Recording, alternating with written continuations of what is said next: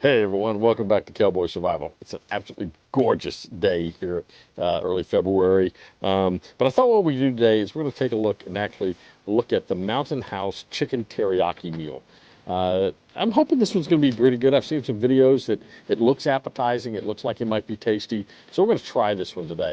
You know, the problem with some of these meals is they're nutritious. They sound good in the package. But when you actually get them and you open them up, like some of the MREs, for example, and actually prepare them, to look at them, they just aren't very appetizing, even though they might taste okay. So we're looking for meals that not only are good and nutritious, easy to prepare, but also that look like something you'd want to eat, because that's the stuff you want to carry with you, right? You don't want to carry stuff you're not going to eat. So we're going to look at this today to see if it meets the ease of preparation.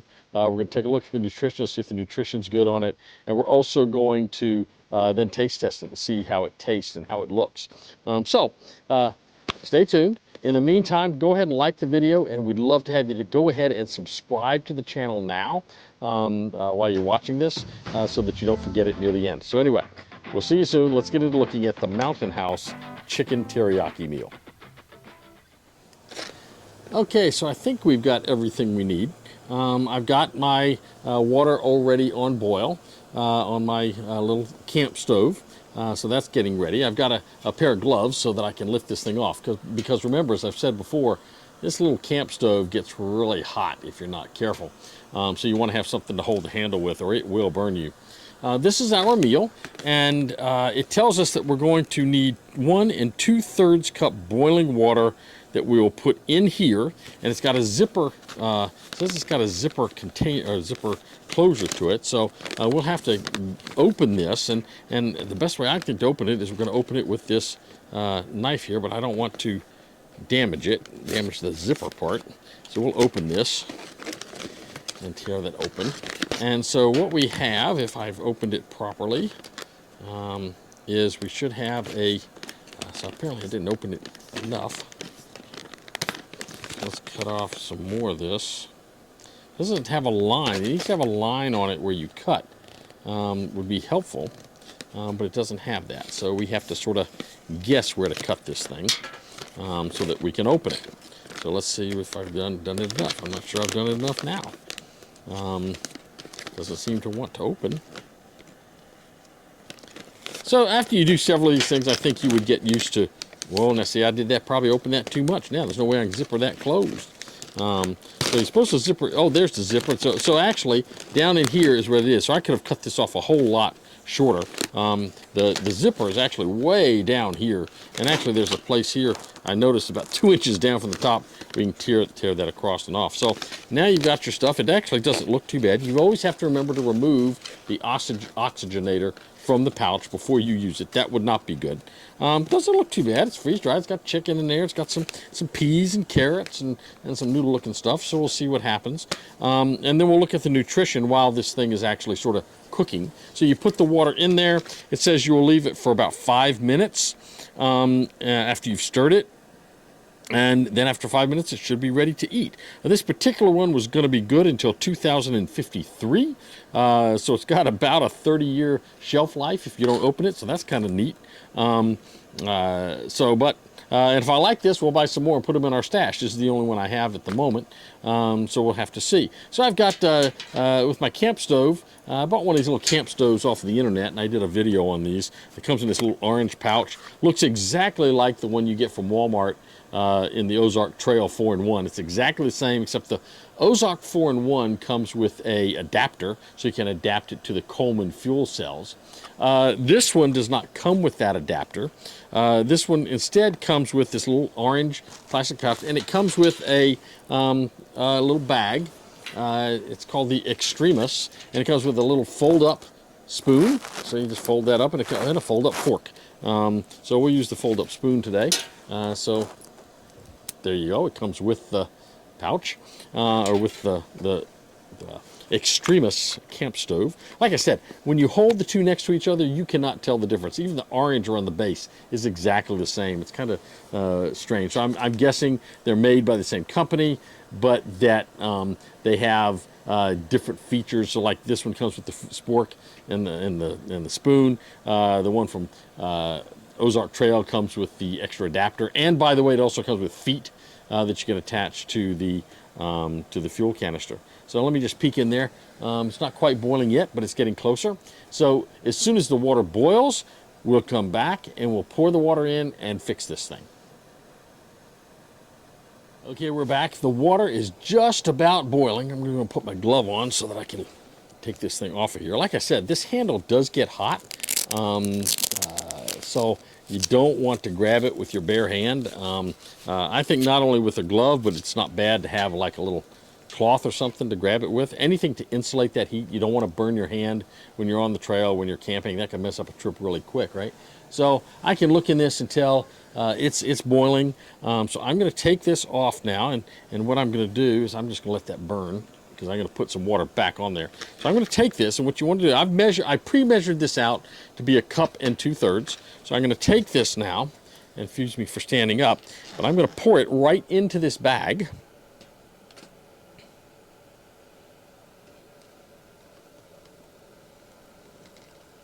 That's a lot of water in that bag. So I'm going to go ahead and put this back on the burner, but I'm going to pour some more water into it so I can make some coffee.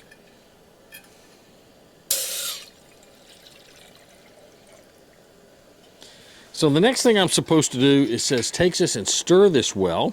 You wouldn't want it to clump up. You want to stir it well. And when it closes, this hot water is going to be absorbed by all that food. So I'm going to show you what this looks like. So that, matter of fact, I think what I'll do is I'll just take a picture of it, and I'll put the picture on the site here so you can sort of see exactly what it's looking like. So let me get out my phone. I'll take a picture of what's in here, and you guys can see that, and then we'll seal it up.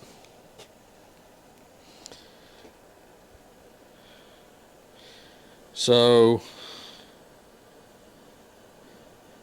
see, it looks pretty watery at the moment.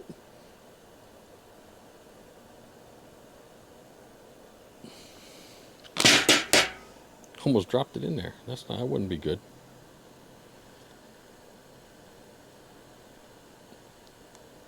So it looks pretty watery, but we're going to seal this up and let that heat and that water do their magic while we talk a little bit about the nutrition of this thing while we're waiting for the timer. So I'm going to set the timer for 5 minutes because that's what it says. So we'll just experiment, make sure that it actually takes 5 minutes.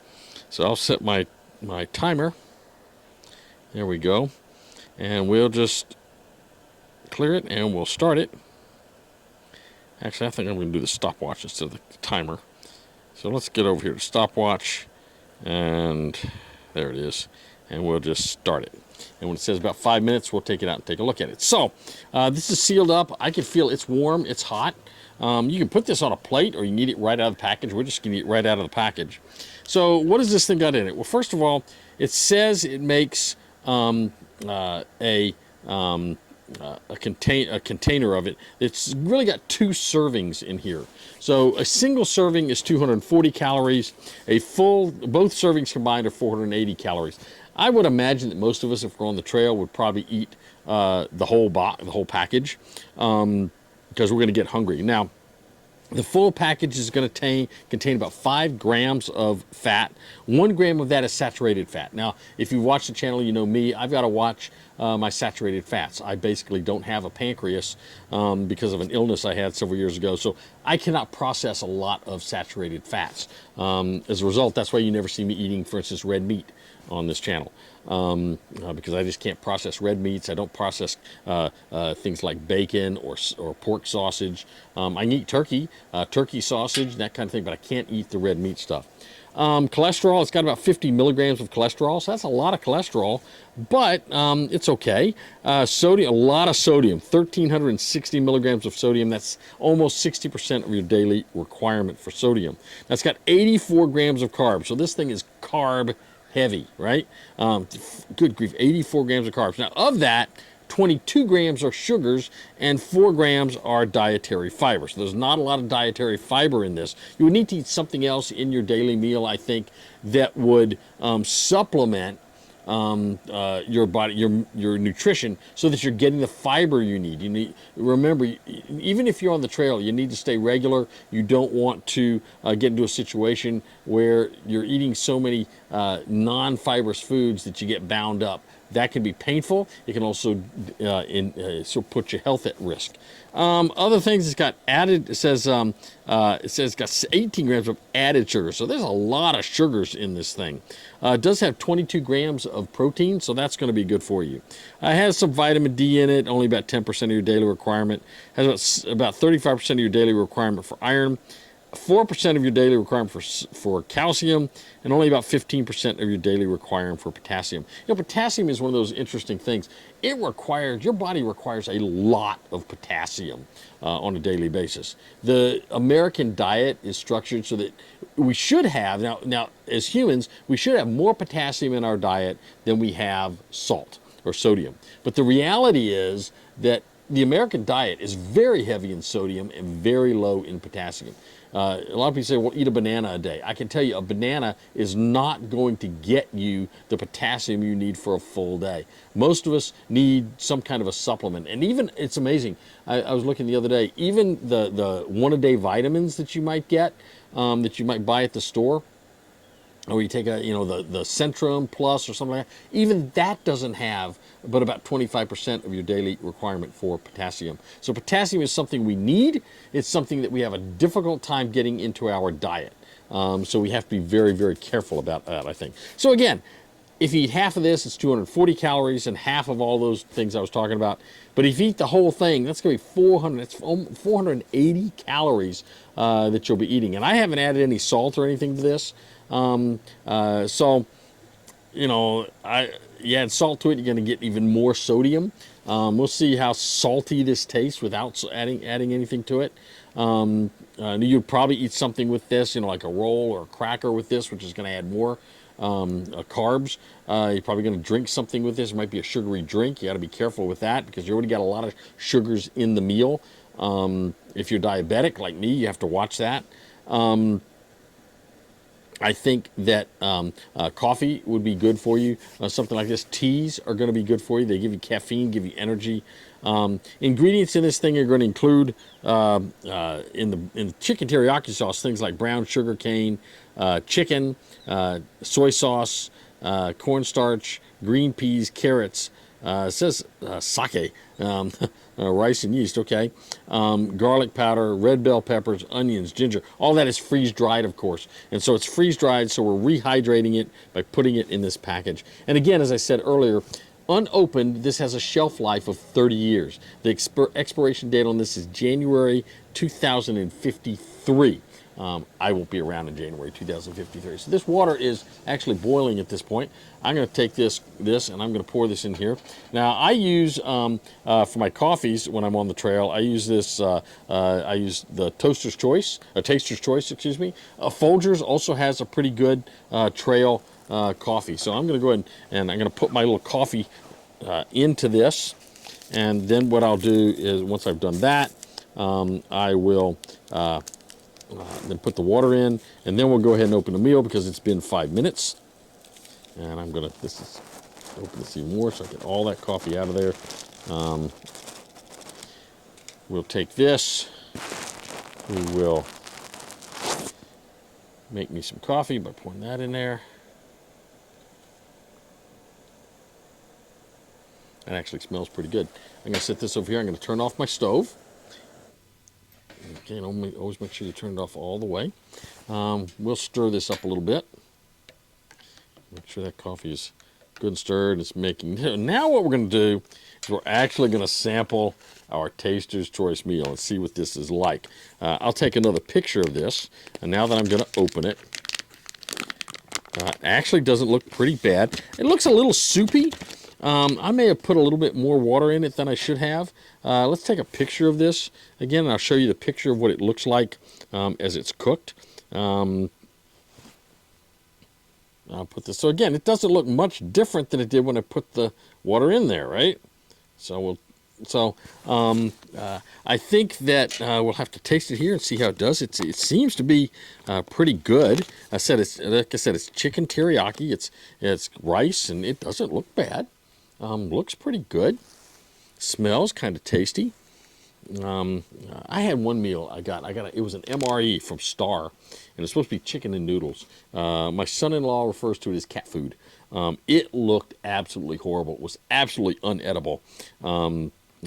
I've got a video on that. I'm going to tell you, everything else in the meal was great. The main course was just awful. So let's taste this. Actually, it's pretty good. Taste the rice in that, the chicken. Not bad at all. It is salty. I would not add any salt to this. I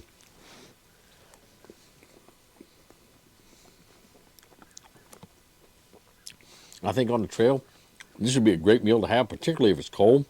But again, there's a lot of food in this. I'm not sure, but that you'd want, you know, this would be enough for 2 people. There's a lot of food in this thing. If I tried to eat all this myself, I think I would be stuffed. I wouldn't be able to move for an hour or 2.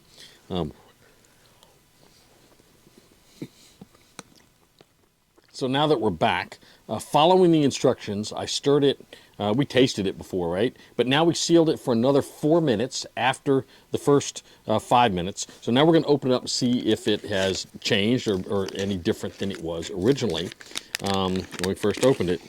Still looks the same as it did before. We'll see.